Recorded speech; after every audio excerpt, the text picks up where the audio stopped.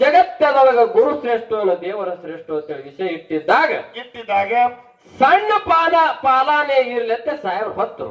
ಹತ್ತಾರಿಪ್ಪ ಸಾಹೇಬ್ರಿ ಒಂದು ಮಾತು ಕೇಳೋದು. ಏನ್ ಕೇಳ್ಬೇಕಂತೀರಿ ಗುರುಗಳಿಗೆ?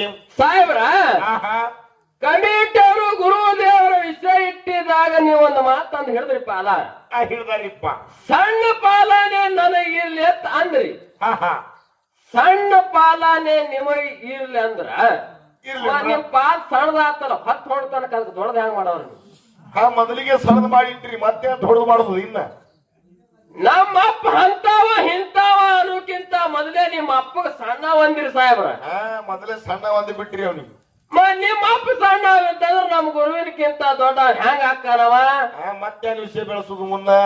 ಯಾಕ್ರಿ ನಮ್ ಎತ್ತಿಗೆ ಸಾವುಕಾರ ನಾವ್ ಅಂದ್ರೆ ಜನ ಆತವ. ನಿಮ್ ಎತ್ತಿಗೆ ನೀವು ಸಾವುಕಾರ ತಗಡೆ ಅಲ್ಲಿಗೆ ತಿರುಮ ಜನ ತಗಡೆ ನೆನ್ಬೇಕಲ್ಲ. ಹೌದು ಮತ್ತೆ